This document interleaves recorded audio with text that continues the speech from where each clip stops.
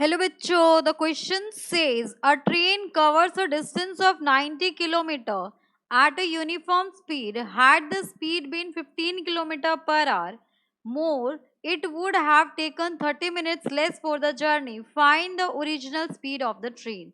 अब यहाँ पे देखिए क्वेश्चन क्या कह रहा है. क्वेश्चन ये कह रहा है कि एक ट्रेन जो है वो 90 किलोमीटर डिस्टेंस ट्रेवल करती है.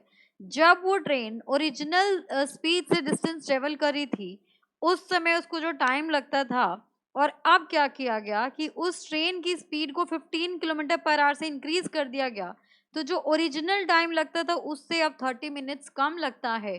तो हमें यहाँ पर उस ट्रेन की ओरिजिनल स्पीड बतानी है क्या होगी.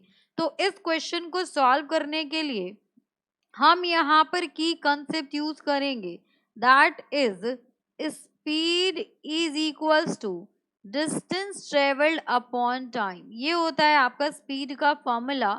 सो हम यहाँ पर ये यूज करने वाले हैं. अब यहाँ पर हम क्या करेंगे, पहले ट्रेन की ओरिजिनल स्पीड को लेट कर लेंगे.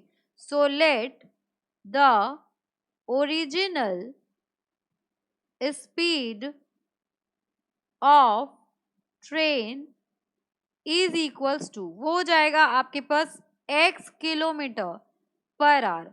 अब देखिए क्वेश्चन के अकॉर्डिंग पहले जो ट्रेन थी वो कितना किलोमीटर चल रही थी, 90 किलोमीटर. स्पीड क्या थी, x किलोमीटर पर आवर. अब क्या हुआ, यहाँ पर 90 किलोमीटर ही डिस्टेंस है अभी भी, लेकिन स्पीड को अब बढ़ा दिया गया. तो अब क्या हो रहा है, वो टाइम कम लेगी. हमें पता है डिस्टेंस अपॉन स्पीड कर दिया जाए तो वो आपको टाइम बताएगा. तो यहाँ पर इनका जो डिफरेंस है वो 30 मिनट्स है. तो 30 मिनट्स को आर में चेंज करेंगे तो 30/60 हो जाएगा. अब यहाँ पर इसको सॉल्व करने के लिए यहाँ से हम 90 कॉमन ले लें. So 1/x minus 1/x plus 15 is equals to 30/60. अब यहाँ से देखिए इसको सॉल्व करें, कैंसिल आउट करें तो ये हो जाएगा आपके पास 0 से 0 कैंसिल, 3 1 ज़ा 3, 3 2 ज़ा 6.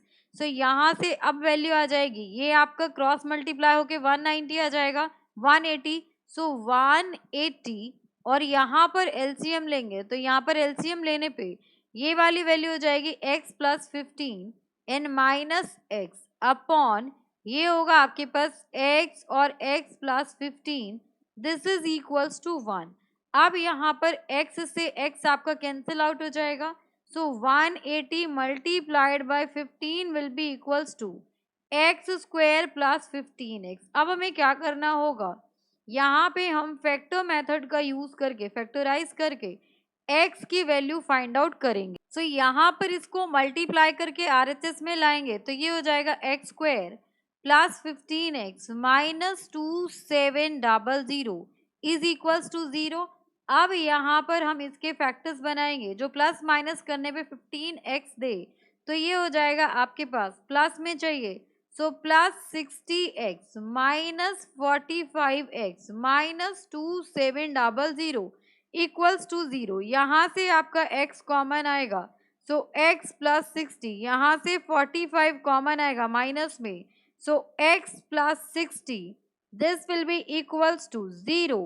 यहाँ से हो गया x माइनस 45 और ये हो जाएगा आपके पास x plus 60 equals to 0. So x is equals to 45 and x equals to minus 60.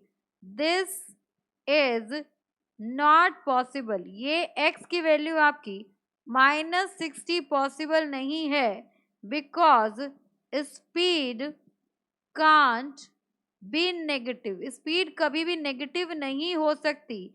तो हम कह सकते हैं therefore original speed of train की ओरिजिनल स्पीड कितनी होगी, that will be 45 kilometre per our. So for this question this is the final answer. Hope you understood it very well. Thank you so much. Best of luck.